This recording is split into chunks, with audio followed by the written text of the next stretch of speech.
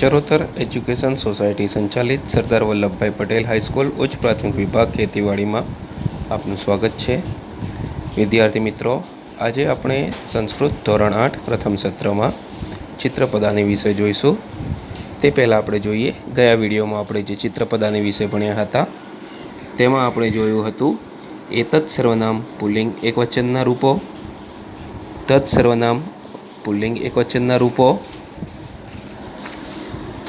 એતત સર્વનામ સ્ત્રીલિંગ એકવચનના રૂપો, તત્ સર્વનામ સ્ત્રીલિંગ એકવચનના રૂપો, એતત સર્વનામ નપુંસકલિંગ એકવચનના રૂપો, તત્ સર્વનામ નપુંસકલિંગ એકવચનના રૂપો, તેમજ અસ્મત સર્વનામ અને યુષ્મત સર્વનામ કે જે પુલ્લિંગ સ્ત્રીલિંગ બંને માટે વાપરી શકાય છે તે પ્રથમા વિભક્તિ એકવચનના રૂપો આપણે જોયા હતા. આજે આપણે ભણવાનું છે ચિત્રપદાની 2. ચિત્રપદાની 2 આમાં છે એતત સર્વનામ પુલ્લિંગ બહુવચનના રૂપો.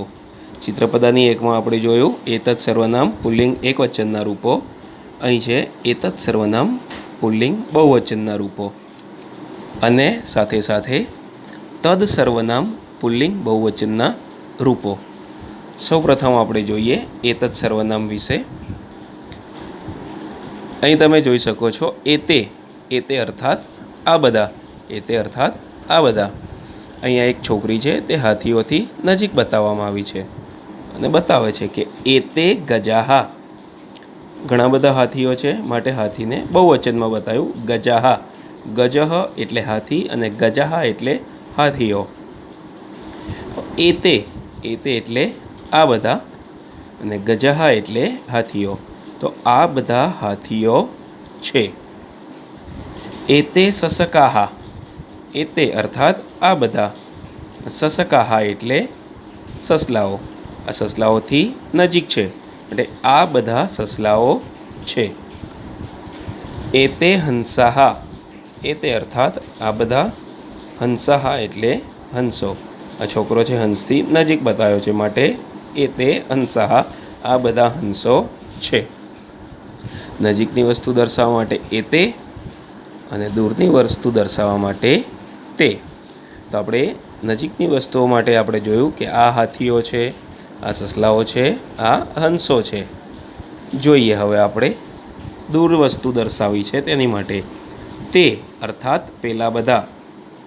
દૂરની વસ્તુ દર્શાવવા માટે આપણે તેનો ઉપયોગ કરીએ છીએ. છોકરી હાથીઓથી દૂર છે. તે ગજાહા. તે એટલે પેલા બધા અને ગજાહા એટલે હાથીઓ અર્થાત પેલા બધા હાથીઓ છે. એ જ પ્રમાણે અહીંયા પણ તે સસકાહા. તે એટલે પેલા બધા, સસકાહા એટલે સસલાઓ. તો પેલા બધા સસલાઓ છે. છોકરી છે સસલાઓથી દૂર છે માટે પેલા બધા સસલાઓ છે. તે જ પ્રમાણે તે હંસાહા. છોકરો હંસથી દૂર છે, ઘણા બધા હંસ છે. તો તે એટલે પેલા બધા, હંસાહા એટલે હંસો. તો પેલા બધા હંસો છે. તો અહીં આગળ એતત સર્વનામ પુલ્લિંગ બહુવચન અને તત્ સર્વનામ પુલ્લિંગ બહુવચનના રૂપો છે. આ બધા હાથીઓ છે, પેલા બધા હાથીઓ છે. આ બધા સસલાઓ છે, પેલા બધા સસલાઓ છે. આ બધા હંસો છે, પેલા બધા હંસો છે.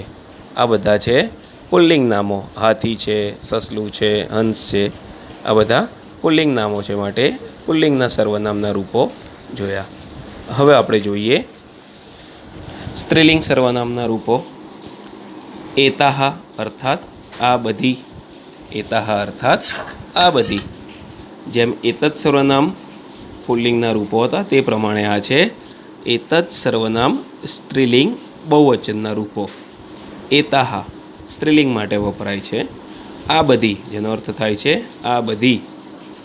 અહીંયા છોકરી બતાવી છે, અહીં ગાડી ઘેટા બતાવવામાં આવેલા છે અને આપ્યું છે એતાહા મેષાહા.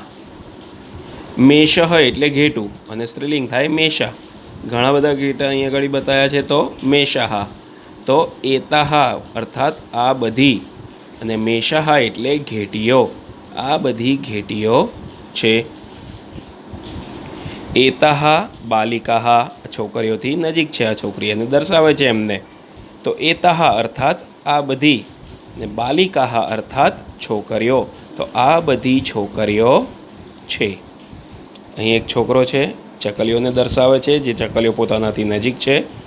એતાહા ચટકાહા, એતાહા અર્થાત આ બધી, અને ચટકાહા એટલે ચકલીઓ, આ બધી ચકલીઓ છે. એ જ પ્રમાણે આપણે જોઈએ તાહા, તાહા અર્થાત પેલી બધી. તદ સર્વનામ સ્ત્રીલિંગ બહુવચન માટે વપરાય છે. તાહા અર્થાત પેલી બધી, અહીં ગાડી છોકરી ઘેટાઓથી દૂર છે, તો તાહા મેષાહા, તાહા અર્થાત પેલી બધી, અને મેષાહા અર્થાત ઘેટીઓ. તો આ છોકરી દર્શાવે છે કે પેલી બધી ઘેટીઓ છે. તે પોતાનાથી દૂર છે, માટે દૂર ઈશારો કરીને બતાવે છે કે પેલી બધી ઘેટીઓ છે. તાહા મહિલાહા, તાહા છોકરીથી થોડા દૂર છે મહિલાઓ, મહિલા એટલે સ્ત્રીઓ, તો તાહા એટલે પેલી બધી, અને મહિલાહા એટલે સ્ત્રીઓ, પેલી બધી સ્ત્રીઓ છે. અહીં આગળ ચકલીઓ બાળકથી દૂર છે અને તે દર્શાવે છે તાહા ચટકાહા, તાહા અર્થાત પેલી બધી, અને ચટકાહા અર્થાત ચકલીઓ, તો પેલી બધી ચકલીઓ છે. તો વિદ્યાર્થી મિત્રો, આ થયું એતત્ સર્વનામ અને તત્ સર્વનામ સ્ત્રીલિંગ બહુવચનના રૂપો. આ બધી ઘેટીઓ છે, પેલી બધી ઘેટીઓ છે, આ બધી છોકરીઓ છે, પેલી બધી સ્ત્રીઓ છે, આ બધી ચકલીઓ છે, પેલી બધી ચકલીઓ છે. તો એતત્ સર્વનામ પુલ્લિંગ અને સ્ત્રીલિંગ, તત્ સર્વનામ પુલ્લિંગ અને સ્ત્રીલિંગ બહુવચનના રૂપો. હવે જોઈએ આપણે એતદ સર્વનામ નપુંસકલિંગ બહુવચનના રૂપો, જેનું રૂપ બને છે એતાની અર્થાત આ બધા. વિદ્યાર્થી મિત્રો, અહીં આગળ આપણે એક વસ્તુ સમજવી જોઈએ કે નપુંસકલિંગ બહુવચનનું જ્યારે રૂપ બનતું હોય તો આ બધું એવું આપણે ના કહી શકીએ, આ બધા એવું આપણે ઉચ્ચારણ કરતા હોઈએ છીએ. જેમ કે અહીંયા આપણે જોઈએ એતાની પુસ્તકાની, એતાની અર્થાત આ બધા, અને પુસ્તકાની એટલે પુસ્તકો. તો અહીં આગળ આપણે એવું ના કહી શકીએ કે આ બધું પુસ્તકો છે. અહીં આગળ આપણે આ બધું નહીં પણ આ બધા આપણે ઉપયોગ કરી શકીએ છીએ. તો એતાની પુસ્તકાની અર્થાત એતાની એટલે આ બધા, અને પુસ્તકાની એટલે પુસ્તકો. તો આ બધા પુસ્તકો છે. છોકરી પુસ્તકોથી નજીક છે અને પુસ્તકો બતાવે છે અને કહે છે કે આ બધા પુસ્તકો છે. આ છોકરી અહીંયા એક ચિત્રથી નજીક છે અને ચિત્ર દર્શાવતા કહે છે એતાની ચિત્રાણી. એતાની અર્થાત આ બધા, અને ચિત્રાણી અર્થાત ચિત્રો, આ બધા ચિત્રો છે. એ જ પ્રમાણે અહીં એક છોકરો છે જે વાસણોની નજીક છે અને તે વાસણો બતાવી રહ્યો છે, અને જોઈએ શું કહે છે. એતાની પાત્રાણી, એતાની અર્થાત આ બધા, અને પાત્રાણી અર્થાત વાસણો, અર્થાત આ બધા વાસણો છે. હવે જોઈએ આપણે તાની, દૂરની વસ્તુ દર્શાવવા માટે જે નપુંસકલિંગનું રૂપ છે તાની અર્થાત પેલા બધા. જેમ આપણે એતાનીમાં જોયું એતાની અર્થાત આ બધા, તે જ પ્રમાણે તાની એટલે પેલા બધા. જેમ અહીંયા ગાડી આપણે આ બધું નથી કરતા, આ બધા કરીએ છીએ, તે જ પ્રમાણે અહીંયા ગાડી પણ તાની અર્થાત પેલા બધા, આપણે પેલું બધું લખીએ નહીં. અને તે જોઈએ આપણે તદ સર્વનામ નપુંસકલિંગ બહુવચનનું આ રૂપ છે. તાની જે છે તે તદ સર્વનામ નપુંસકલિંગ બહુવચનનું રૂપ છે. તાની અર્થાત પેલા બધા. છોકરી છે, પુસ્તકોથી દૂર છે. તાની પુસ્તકાની, તાની અર્થાત પેલા બધા. અહીં આગળ આપણે પેલું બધું ના કહી શકીએ, અને પુસ્તકાની એટલે પુસ્તકો. એક વચન હોય ત્યારે આપણે કહી શકીએ કે પેલું પુસ્તક છે, પણ અહીં આગળ ઘણા બધા પુસ્તકો છે. તો તાની પુસ્તકાની, તાની અર્થાત પેલા બધા, અને પુસ્તકાની એટલે પુસ્તકો, તો પેલા બધા પુસ્તકો છે. તાની ચિત્રાણી, તાની અર્થાત પેલા બધા, ચિત્રાણી અર્થાત ચિત્રો, આ કન્યા છે જે ચિત્રો દર્શાવી રહી છે, પોતાનાથી દૂર છે અને દર્શાવે છે તાની ચિત્રાણી, અર્થાત પેલા બધા ચિત્રો છે. એ જ પ્રમાણે આ છોકરો છે પોતાનાથી દૂર વાસણો છે તેને દર્શાવતા કહી રહ્યો છે કે તાની પાત્રાણી. તાની અર્થાત પેલા બધા ને પાત્રાણી અર્થાત વાસણો. તાની પાત્રાણી, પેલા બધા વાસણો છે. તો અહીંયા ગાડી આપણે જોયું કે એતાની અર્થાત આ બધા ને તાની અર્થાત પેલા બધા. નજીક માટે એતાની, દૂર વસ્તુ દર્શાવવા માટે તાની. આ બધા પુસ્તકો છે, આ બધા ચિત્રો છે, આ બધા વાસણો છે. તાનીમાં જોઈએ તો પેલા બધા પુસ્તકો છે, પેલા બધા ચિત્રો છે અને પેલા બધા વાસણો છે. વિદ્યાર્થી મિત્રો, આ આપણે જોયું નપુંસકલિંગના રૂપો.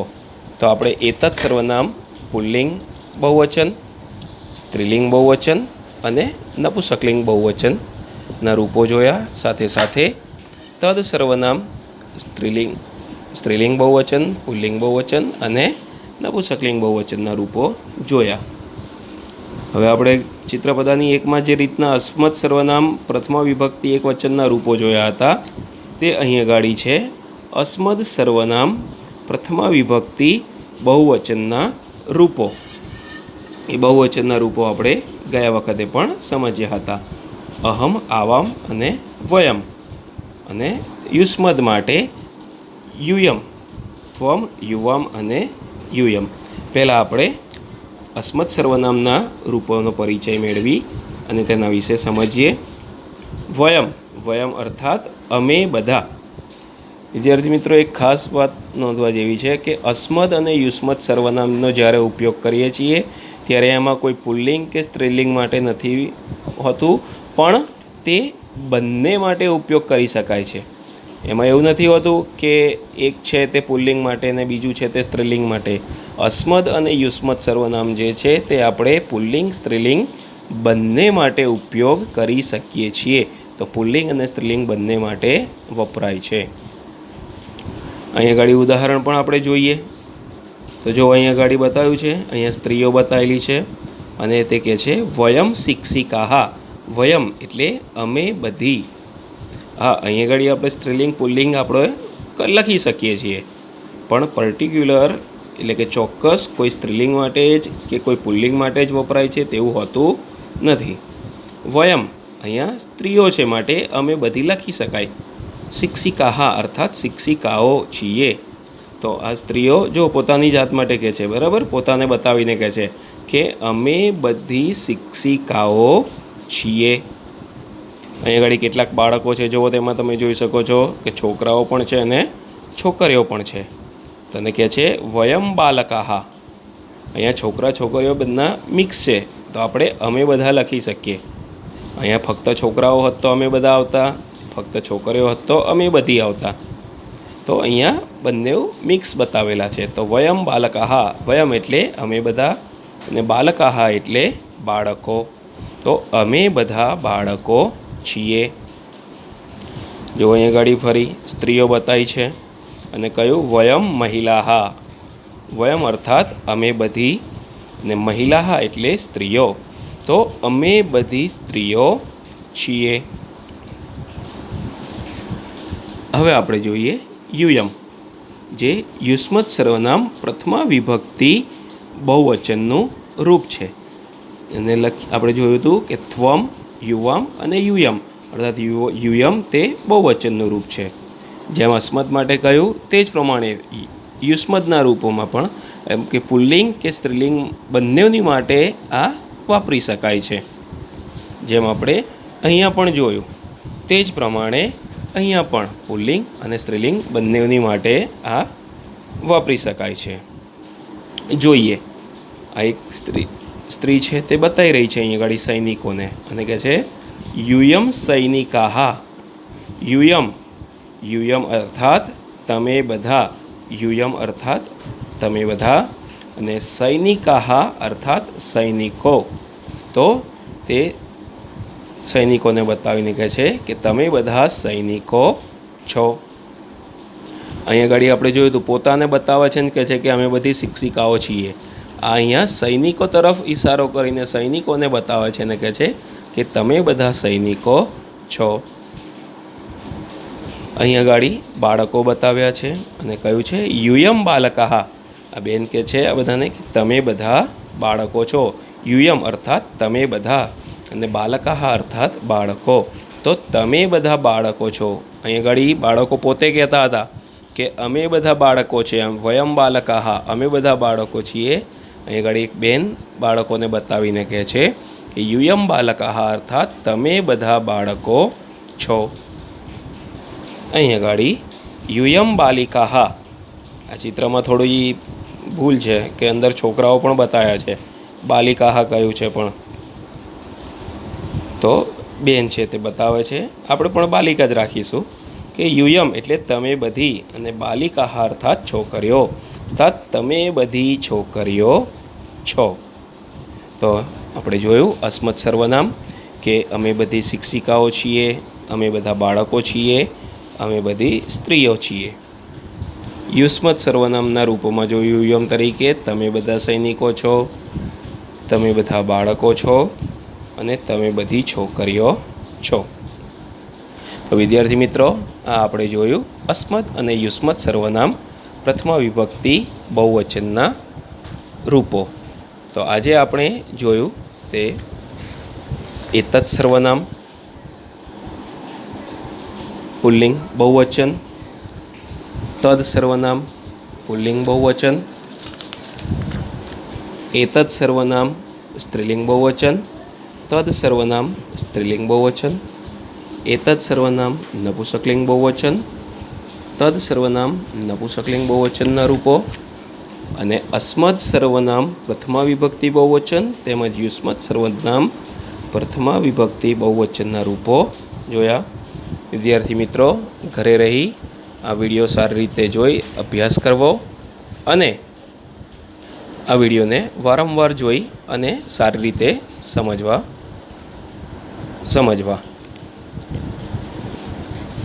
અને દરેક વિદ્યાર્થી ભાઈ બહેનોને વિનંતી કે હજુ બીમારી સંપૂર્ણ રીતે નષ્ટ નથી થઈ, માટે સરકારશ્રીની સૂચના મુજબ ઘરમાં જ રહેવું, વગર કામે બહાર જવું નહીં અને દેશહિતના કાર્યોમાં આપણે થોડું ઘણું યોગદાન આપી દેશને આગળ વધારવા પ્રયત્નો કરીએ. સ્વસ્થ રહો, સલામત રહો. અસ્તુ. જય હિન્દ, જય ભારત.